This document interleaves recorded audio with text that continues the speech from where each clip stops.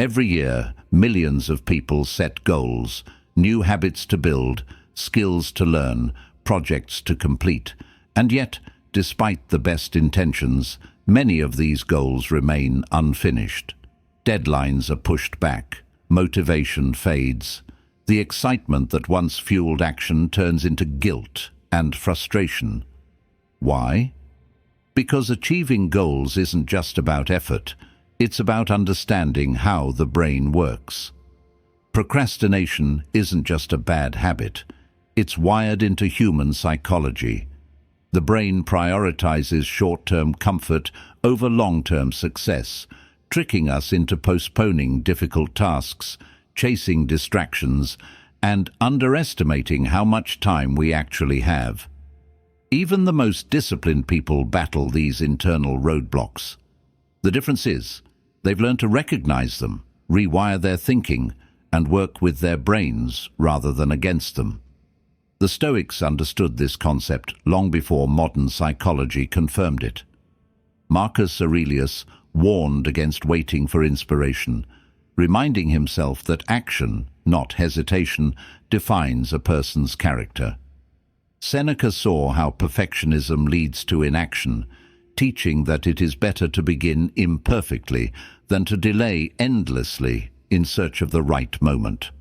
Today, neuroscience reinforces these lessons, showing that motivation is unreliable, habits are more powerful than willpower, and the mind is not designed to push us toward difficult tasks.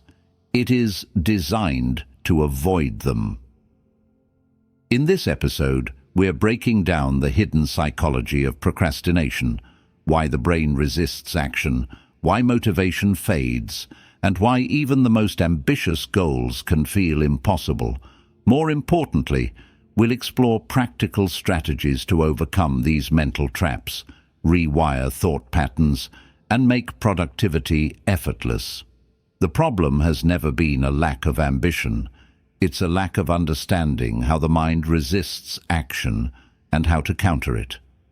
The question isn't whether you have the ability to achieve your goals.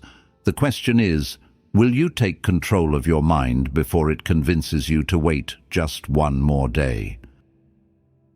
Why does the brain prefer laziness over action? The human brain is not designed for productivity. It is designed for survival. It does not prioritize ambition, creativity, or discipline.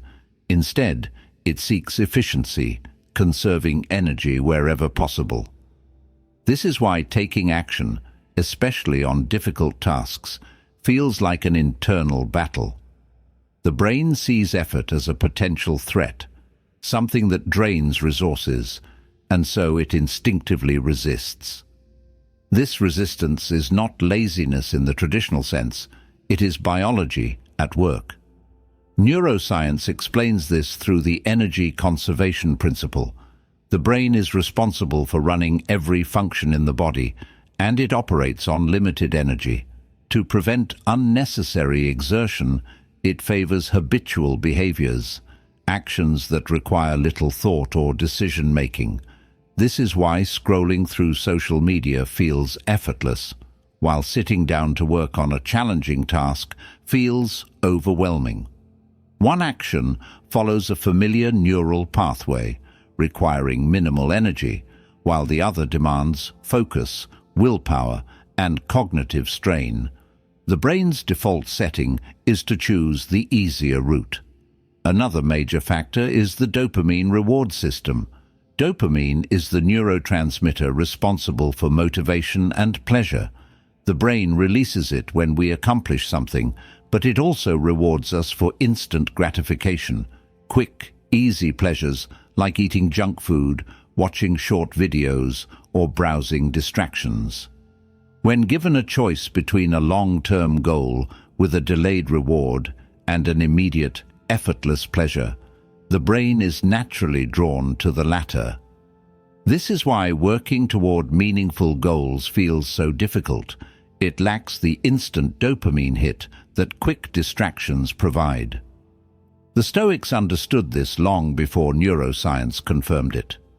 Marcus Aurelius often wrote about the battle between reason and impulse, reminding himself that the easy path is rarely the right one. He knew that action must be taken despite resistance, that discipline must override the brain's desire for comfort. Seneca observed that people often delay action not because they lack time, but because they lack control over their impulses. He warned that waiting for the right moment is an illusion, that postponement is merely the brain's way of avoiding effort. So how do you break this biological resistance to action? The first step is awareness, recognizing that the brain's tendency to avoid work is not personal failure, but a built-in mechanism. The second step is hacking the reward system, finding ways to make effort rewarding. This can be done by breaking tasks into smaller, immediate wins that trigger dopamine release, reinforcing productive behavior. The final step is removing unnecessary choices, making action the default rather than something that requires constant willpower. If left unchecked, the brain will always choose the path of least resistance, but with the right strategies, it can be retrained, redirected toward action rather than avoidance. The mind will resist effort, but the question is, will you allow it to control you, or will you take control of it? The strong start syndrome, why we lose motivation after the initial excitement. There's an undeniable rush that comes with starting something new, whether it's committing to a fitness routine, launching a business idea, or embarking on a personal transformation. The beginning is filled with energy. Everything feels possible. Progress seems inevitable. The brain floods with excitement, making every action feel effortless. But then something shifts. The motivation that once propelled you forward begins to fade. The task that once felt exciting now feels like work. The discipline that seemed easy now requires conscious effort. Slowly, the enthusiasm that fueled the strong start weakens, and before long, what once felt urgent begins to feel optional.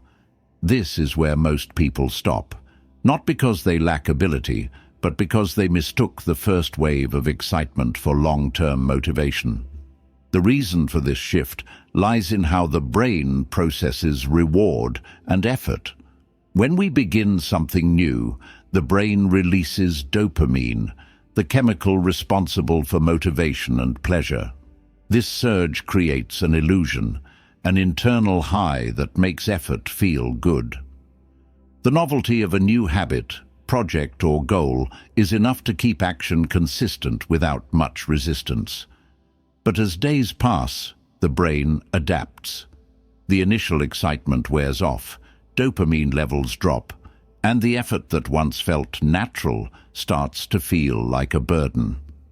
The mind, always seeking the path of least resistance, begins looking for easier, more immediately rewarding activities. This is why the first week of a diet feels easy, but by the third week, cravings and excuses take over. It's why a new business idea seems thrilling in its early stages, but once obstacles appear, motivation dwindles. Most people assume that this drop in motivation is a sign that they are failing, that something is wrong, that maybe they weren't as committed as they thought. But Marcus Aurelius saw it differently.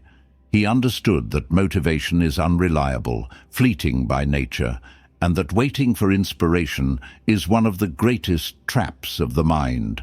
He reminded himself daily that action must come first, that discipline must override mood, that a person cannot afford to wait until they feel like doing something.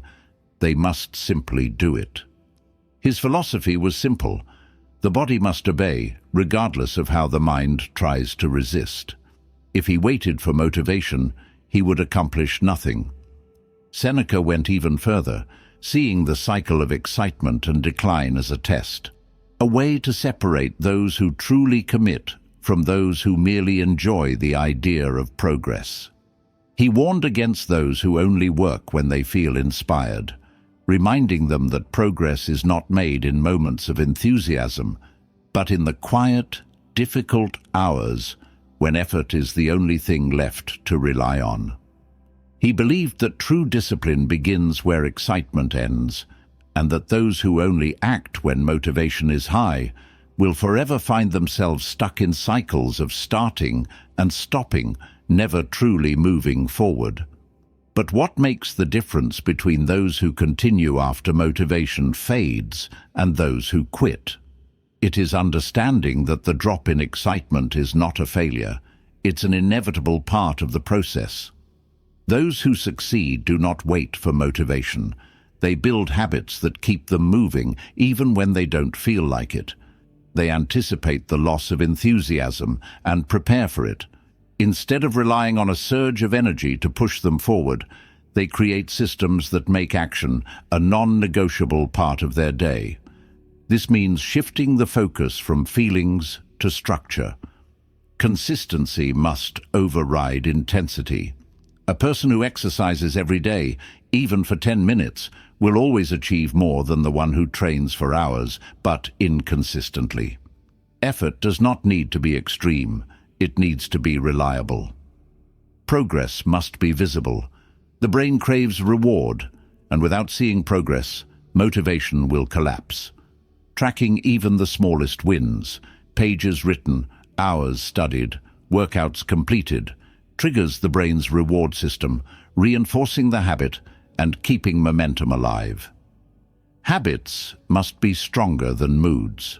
Those who achieve their goals do not debate with themselves each morning about whether to act. They remove the choice altogether. The question is not, should I do this today? But this is what I do. They do not wait for a perfect moment. They create discipline through repetition. The true test is not how exciting the beginning feels. It is what happens after the excitement fades. The mind will resist. Excuses will appear. Motivation will vanish. But those who understand this do not panic. They expect it. They prepare for it. And most importantly, they continue anyway. Excitement fades, but the question is, will you? The perfectionist trap. How it secretly destroys progress. Perfectionism disguises itself as a virtue. It convinces you that waiting for the right moment, the perfect plan, or the best conditions is a sign of intelligence and high standards. But in reality, perfectionism is one of the greatest barriers to progress. It does not push you toward excellence. It keeps you stuck in hesitation, trapped in endless preparation, paralyzed by the fear of imperfection. It convinces you that if something cannot be done flawlessly, it should not be done at all. And so, instead of moving forward, you wait, you plan, you refine, but you do not act. The mind uses perfectionism as a defense mechanism. By convincing you that the work isn't ready yet, it shields you from the discomfort of potential failure. If you never start, you never have to risk falling short. If you never put your work out into the world, it can never be judged. But this is a false sense of safety, because in avoiding failure, you also avoid success. In delaying action, you trade real progress for an illusion of control. And in waiting for the perfect conditions, you waste the only time that truly exists, the present moment.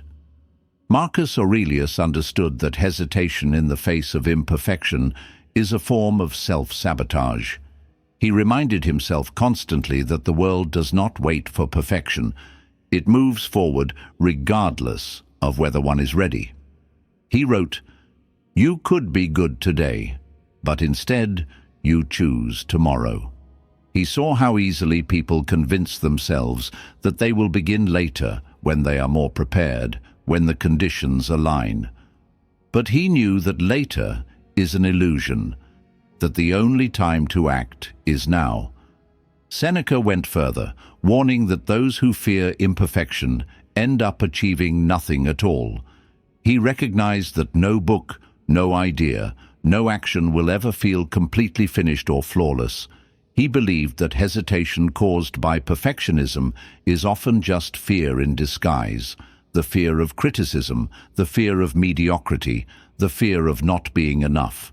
He urged people to embrace the concept of starting ugly, to release themselves from the illusion that something must be perfect before it is shared, attempted, or pursued.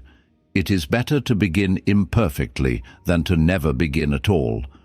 Epictetus, who taught that control lies not in the external world, but in one's own choices, saw perfectionism as a refusal to engage with reality.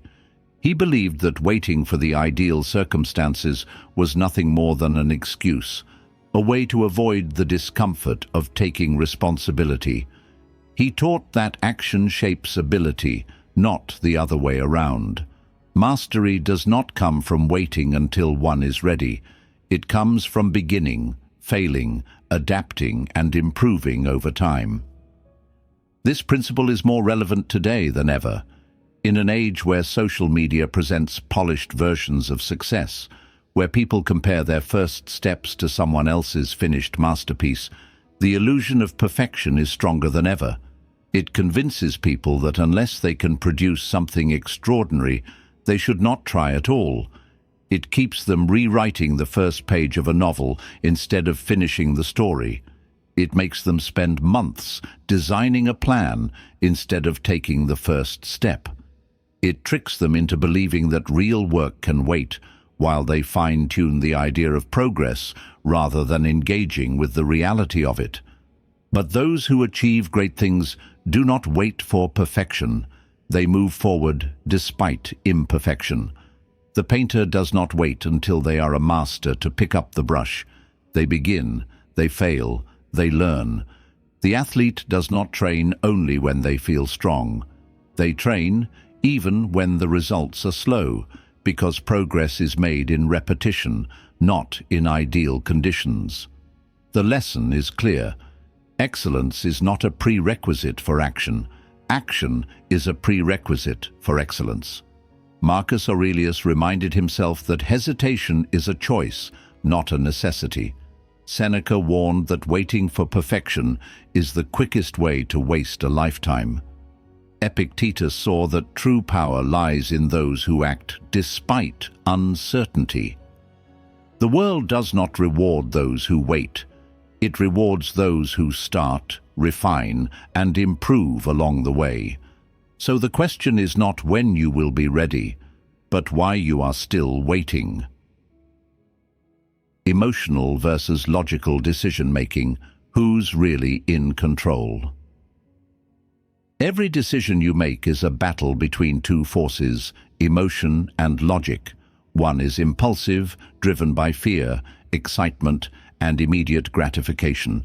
The other is measured, focused on long-term consequences, and rooted in reason. Most people believe they are logical thinkers, that they make rational choices based on careful analysis.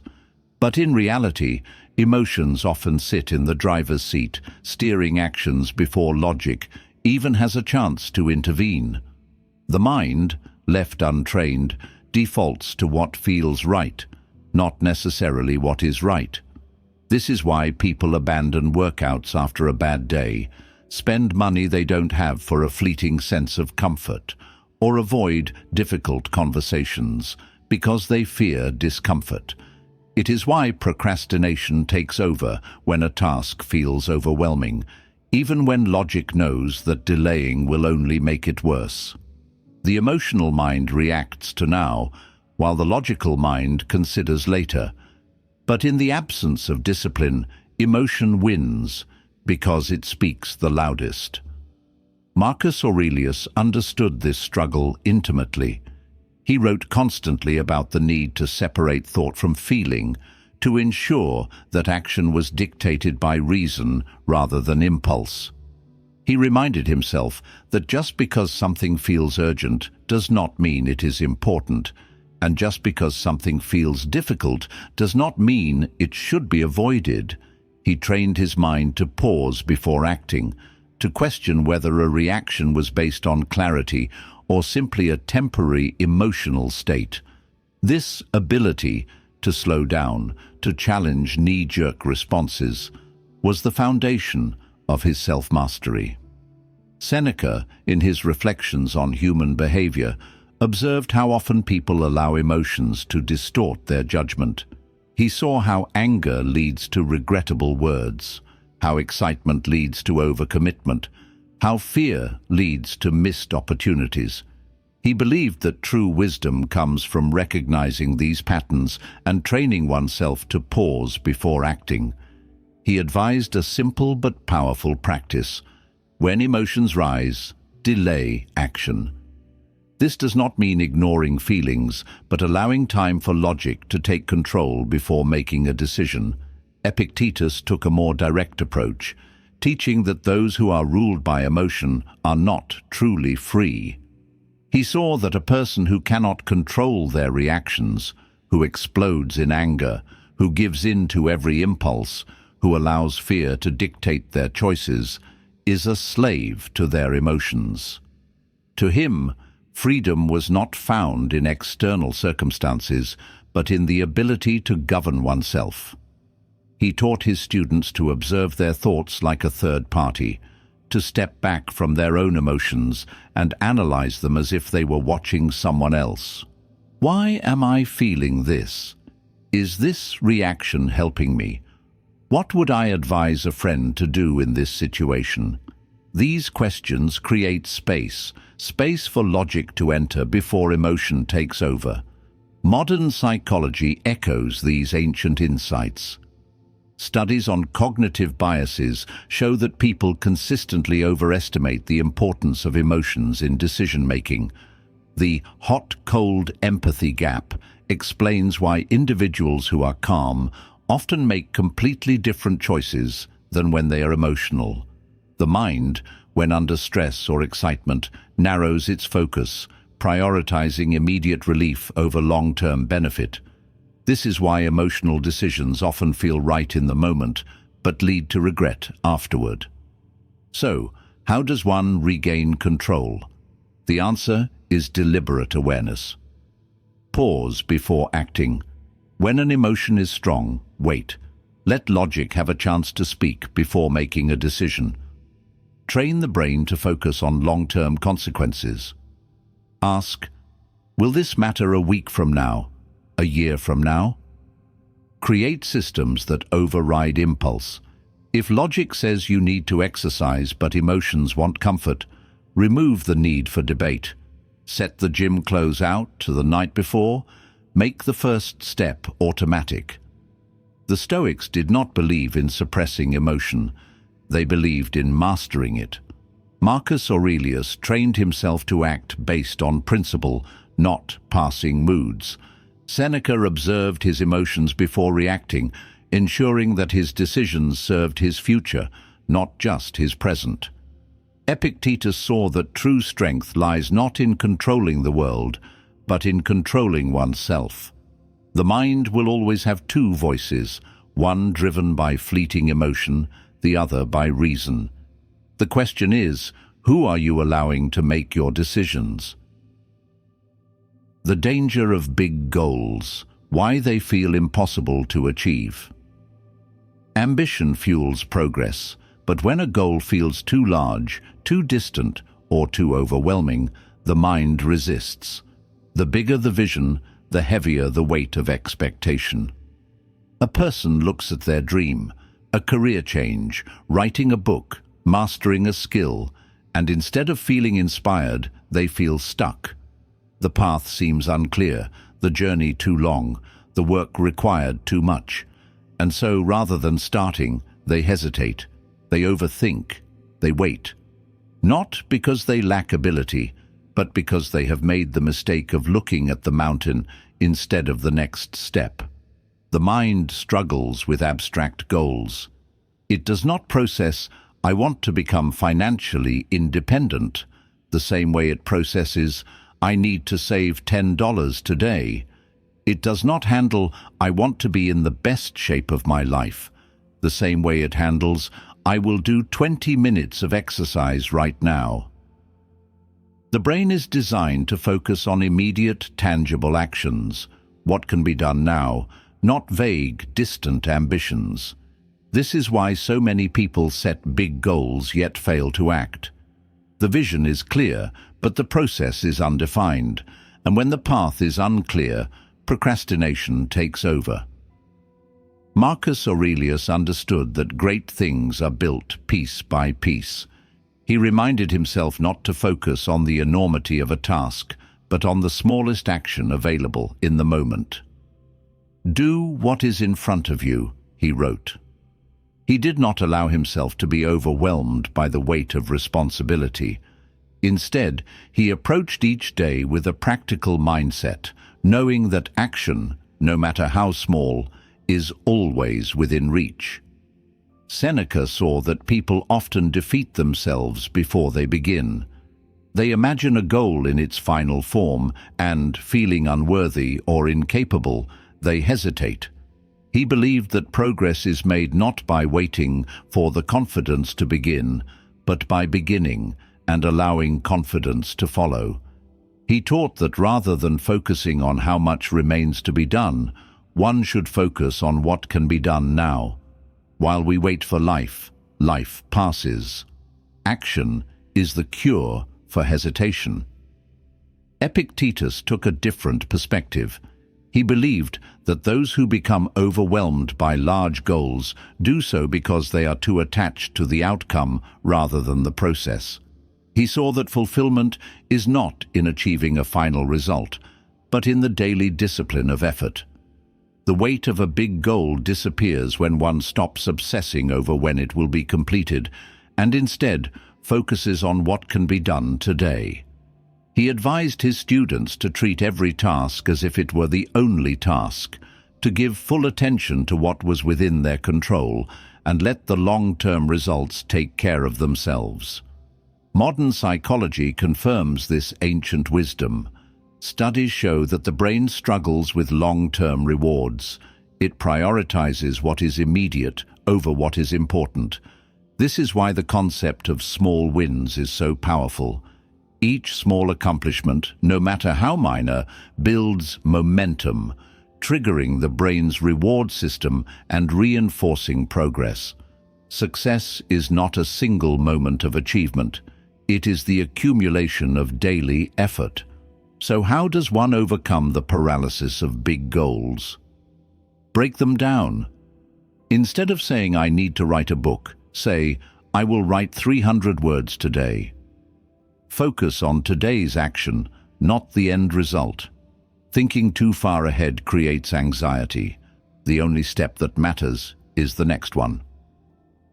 Track small wins. Progress must be seen to be felt. Keep a record of every completed step, no matter how small. Marcus Aurelius trained himself to focus only on the task at hand. Seneca believed that action was the cure for hesitation, and Epictetus saw discipline as the key to progress. The lesson is clear. Big goals are only intimidating when viewed as a whole, but every mountain is climbed step by step. The challenge is not whether you can achieve something great. It is whether you can begin and then begin again until what once seemed impossible becomes inevitable. The brain's time miscalculation. Why you think you have more time than you do. Time feels abundant until it isn't. The mind plays a dangerous trick, convincing you that there is always more of it. I'll start tomorrow. I'll have time later. Next week, I'll be more focused.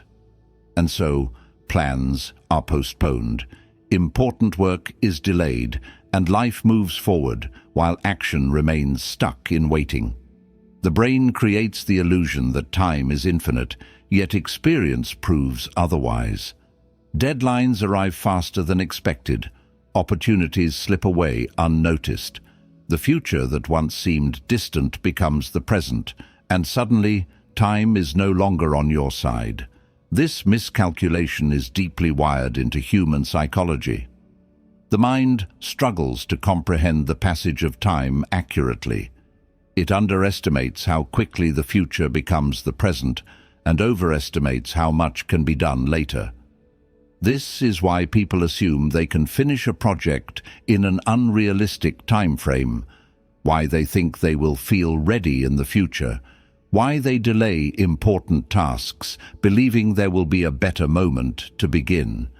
But time does not wait, and the longer one assumes it is available, the more of it is lost. Marcus Aurelius constantly reminded himself that procrastination is a form of self-deception. He saw that those who assume they have unlimited time end up wasting the days they do have. He wrote, "You could be good today, but instead you choose tomorrow." He understood that hesitation does not protect opportunity, it erodes it. The only time that can be controlled is now. To wait for a better moment is to assume life will pause for you. It won't. Seneca was even more direct, warning that people act as if life is endless, when in reality most of it is wasted. He observed that people fear losing money, property, or status, yet they throw away time, the one resource that cannot be replaced. We are not given a short life, but we make it short by wasting it. His philosophy was clear. If something is important, it must be done now. If a goal matters, it must be pursued today. To assume there will always be more time is to gamble with the most finite resource of all. Epictetus approached time from a different angle. He did not see procrastination as merely a loss of productivity, but as a failure to live fully. He taught that every moment is an opportunity to act, to grow, to shape one's future.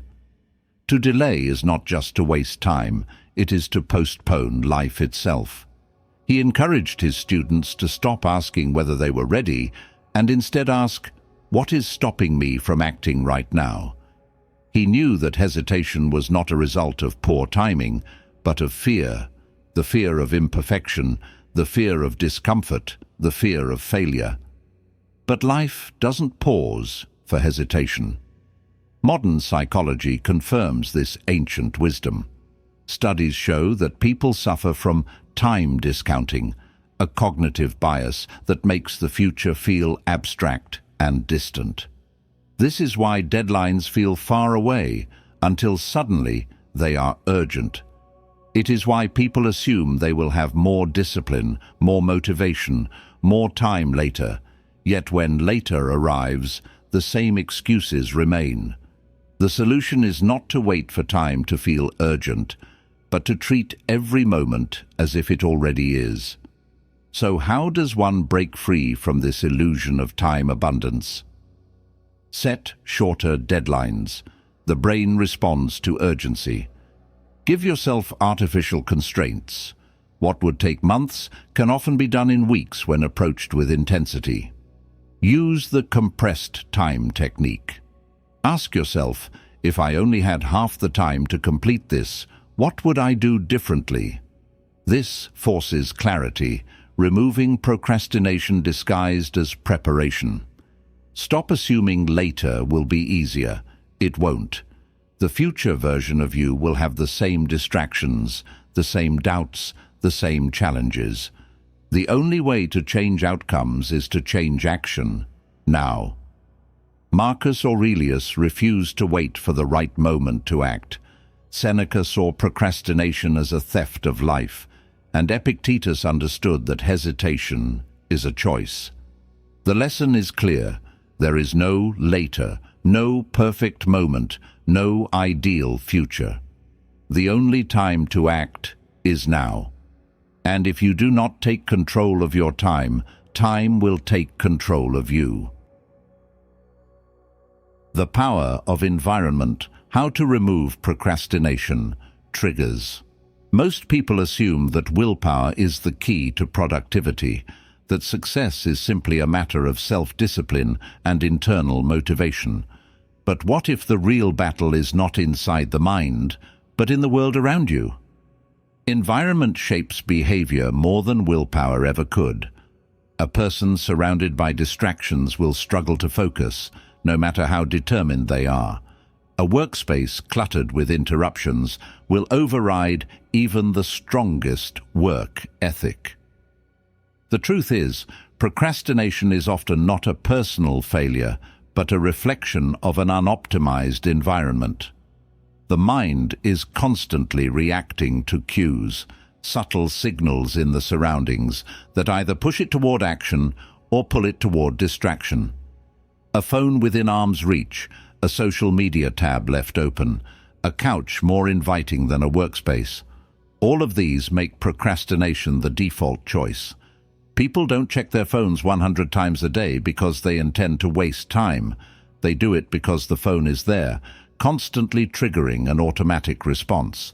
The easier a distraction is to access, the harder it is to resist. Marcus Aurelius understood that focus requires deliberate effort, not just internal discipline, but external adjustments. He structured his life in a way that minimized distractions, ensuring that his surroundings supported his ability to think, reflect, and act. He reminded himself that the mind, when left exposed to external noise, will naturally drift. His solution was not to fight distraction, but to remove the sources of it. Seneca, in his reflections on time management, warned against environments that quietly steal attention. He observed that most people do not realize how much of their time is lost until it is already gone. Conversations that add no value, habits that drain energy, surroundings that promote passivity. He saw all of these as obstacles to a focused, intentional life. He believed that eliminating unnecessary distractions was just as important as cultivating good habits. Epictetus took an even stricter stance, arguing that those who fail to control their environment are choosing to remain trapped by it. He taught that if a person surrounds themselves with distractions, they should not be surprised when they struggle to focus. He believed that people often make life harder for themselves by designing environments that work against their goals rather than in favor of them. His advice was direct. If you want to be disciplined, remove the things that make discipline difficult. Modern psychology confirms what the Stoics understood centuries ago. Studies show that environmental cues have a stronger impact on behavior than self-control alone. People who leave their gym clothes out are more likely to work out. Those who keep junk food out of sight eat healthier. Workers who silence notifications and create structured workspaces are dramatically more productive than those who rely on willpower alone. The brain naturally follows the path of least resistance, so the key is to make the right path easier and the wrong path harder. So how can you shape your environment for success? Reduce friction for positive habits. If you want to read more, place a book where you normally reach for your phone. If you want to exercise, prepare your workout gear in advance. Increase friction for distractions. Keep your phone in another room while working. Disable notifications. Make procrastination inconvenient. Design spaces with purpose. Have a dedicated area for deep work, a separate space for rest, and remove anything that tempts unnecessary delay. Marcus Aurelius structured his environment to minimize distraction. Seneca saw that time is lost in unnoticed ways, often due to the surroundings we create. Epictetus believed that discipline is not just about self-control, but about removing the need for constant resistance. The lesson is simple. If you struggle with procrastination, don't just try to overcome it. Redesign your world so that it no longer controls you. Dopamine addiction, how it ruins your ability to focus on goals. The mind is wired to seek pleasure. Every time you scroll through social media, binge watch a show, or eat something sugary, your brain releases dopamine, a neurotransmitter responsible for motivation, reward, and pleasure.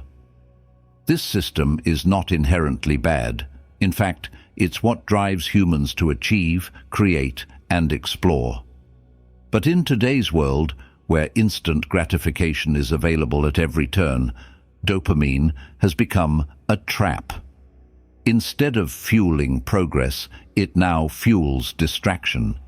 It convinces you to seek immediate pleasure over long-term rewards, making deep focus and goal achievement feel like an uphill battle. Dopamine addiction is not just about obvious vices like social media or video games. It's about how the modern world has rewired the brain to expect constant stimulation. The reason people struggle to focus on a long-term project, to sit down and work on something difficult, or to resist procrastination is not because they lack discipline. It's because their brains have been trained to crave fast rewards.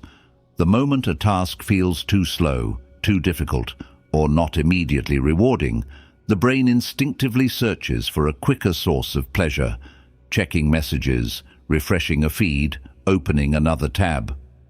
Marcus Aurelius warned against becoming a slave to fleeting pleasures. He saw that the mind, if left undisciplined, would always seek the easiest and most pleasurable route, even at the cost of long-term fulfillment. He reminded himself that true satisfaction comes not from indulgence, but from mastery over one's desires.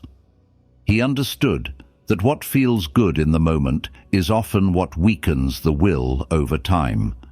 Seneca took this further, recognizing that people often trade their most valuable resource, time, for meaningless pleasures that add nothing to their lives.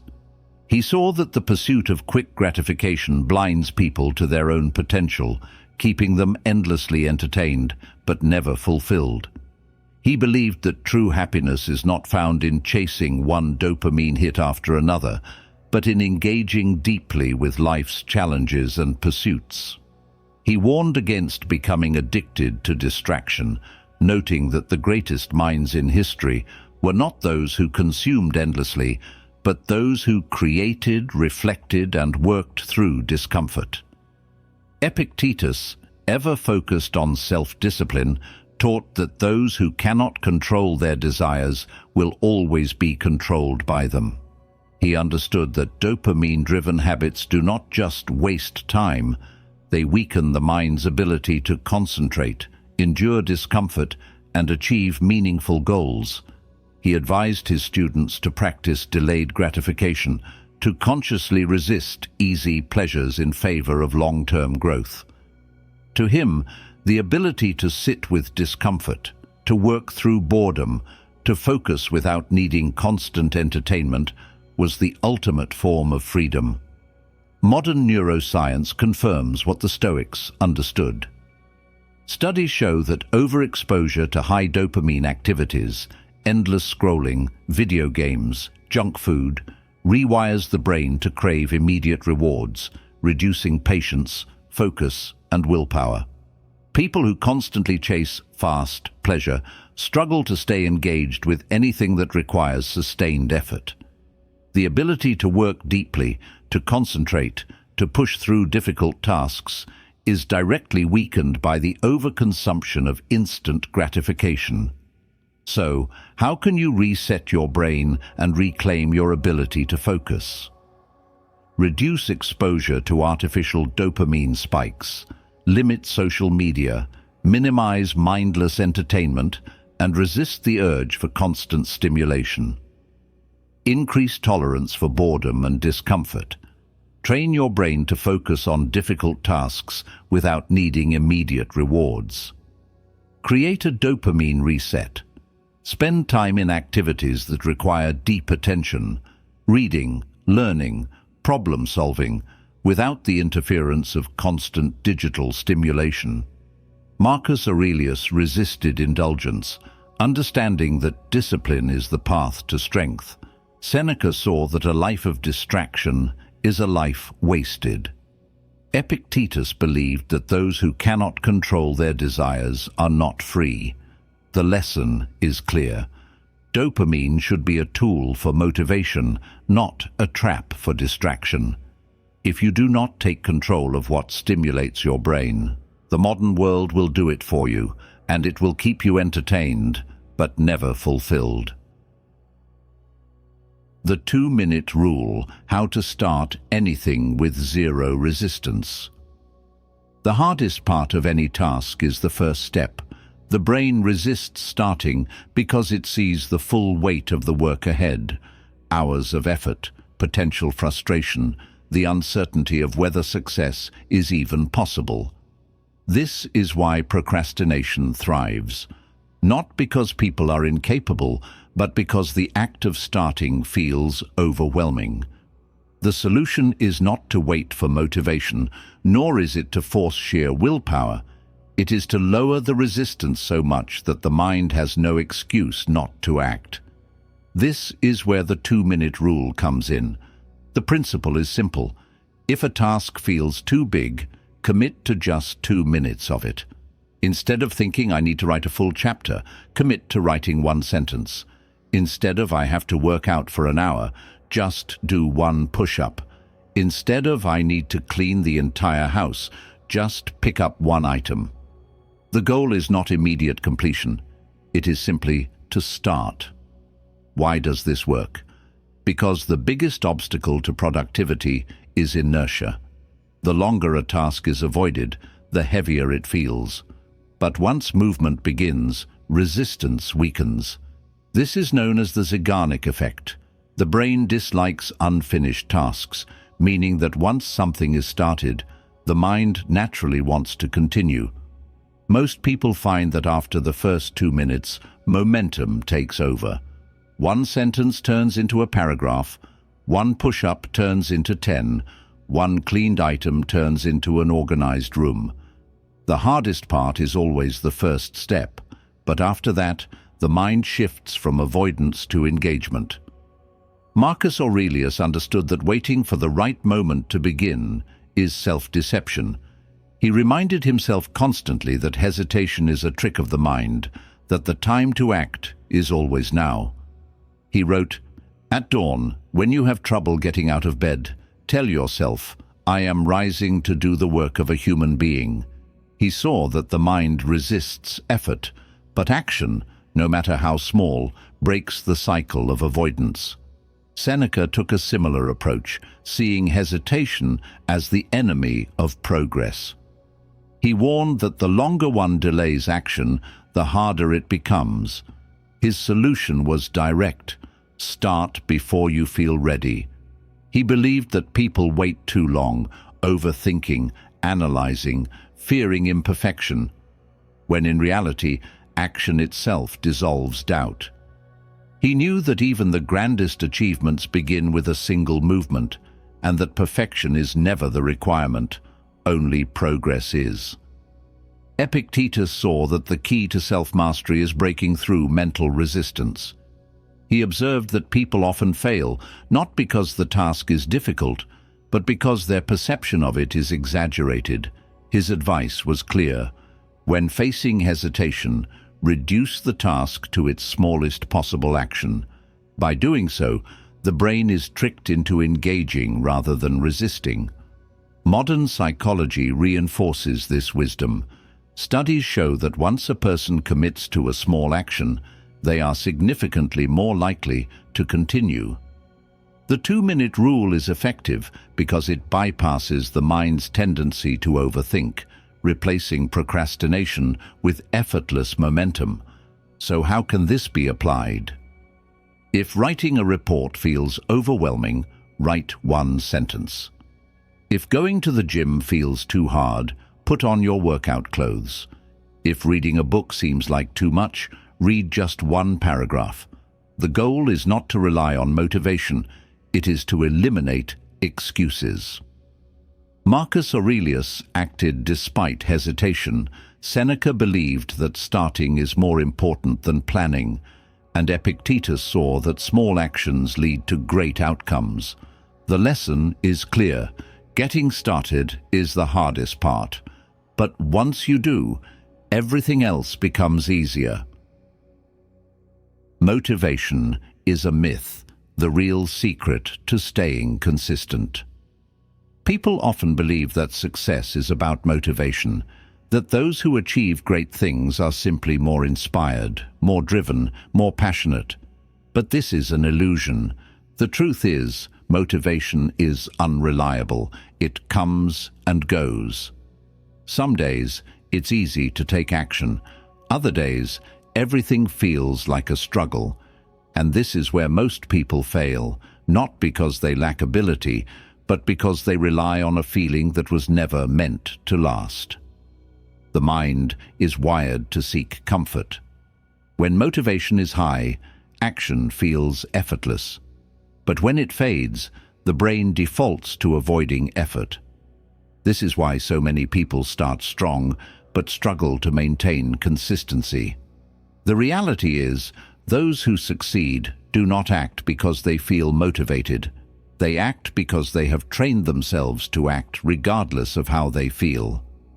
Marcus Aurelius understood this deeply. He reminded himself that the body may resist, that the mind may make excuses, but that action must not depend on temporary emotions.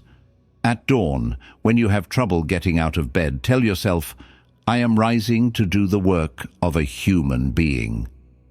He did not wait for motivation. He conditioned himself to act despite resistance. He knew that hesitation is a trick of the mind, and that discipline, not fleeting inspiration, is what moves a person forward. Seneca took a similar stance, warning that people waste too much time waiting to feel ready. He believed that those who rely on motivation will accomplish little because motivation is external, but discipline is internal. He wrote, "Luck is what happens when preparation meets opportunity." He saw that success is not the result of passion alone, but of consistent, deliberate action, even on the days when enthusiasm is absent. Epictetus was even more direct. He saw that those who wait for motivation are slaves to their emotions. He taught that true freedom is found in self-governance, the ability to act based on values and principles rather than moods. He believed that discipline is a muscle, and those who do not train it will always struggle with inconsistency. His philosophy was clear: do what needs to be done, not what you feel like doing. Modern psychology confirms this ancient wisdom. Studies show that habits, not motivation, are the foundation of consistency. People who rely on feeling inspired will always struggle, but those who build routines and systems ensure that progress happens even on bad days. The key is removing choice, making action automatic rather than something that requires constant willpower. So how do you break free from the cycle of motivation and inconsistency? Build habits that remove decision-making. If working out is non-negotiable, you don't need motivation to do it. If writing every day is a habit, you don't debate whether to start. Lower the resistance to action. Make the first step easy. If it's a workout, commit to just 5 minutes. If it's a project, write 1 sentence. Once started, momentum builds. Separate emotions from action. A task does not need to feel exciting to be worthwhile. Learn to work even when it's uncomfortable. Marcus Aurelius refused to wait for inspiration. He acted. Seneca saw that discipline, not passion, determines outcomes. Epictetus knew that the mind must serve you, not the other way around. The lesson is simple but powerful. Motivation is a myth. Those who succeed do not rely on it. They train themselves to act, no matter what. The greatest battle you will ever fight is not against the world, it is against yourself, against the thoughts that convince you to wait, against the excuses that tell you tomorrow is a better time to start, against the habits that keep you trapped in hesitation. The truth is, procrastination is not about laziness. It is about control. Either you take control of your mind, or your mind takes control of you. The Stoics understood this long before modern psychology confirmed it. Marcus Aurelius reminded himself that action must come before feeling, that hesitation is simply the mind's way of avoiding discomfort. Seneca warned that people waste years waiting to feel ready, when in reality, readiness is created through action itself. Epictetus saw that true freedom is not found in avoiding work, but in training the mind to act despite resistance. They knew that success is not determined by talent or motivation, it is determined by discipline. Your brain will always try to resist effort. It will convince you that there is more time, that the task is too big, that you are not prepared. But the greatest truth is this: nothing changes until you act. The mind can be tricked, rewired, reshaped, but only if you take the first step. If you are waiting for the right moment, it will never come.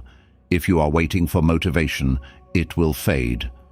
The only thing that moves you forward is your ability to act, even when you don't feel like it. So the question is no longer, why do I procrastinate? The real question is, what are you going to do about it?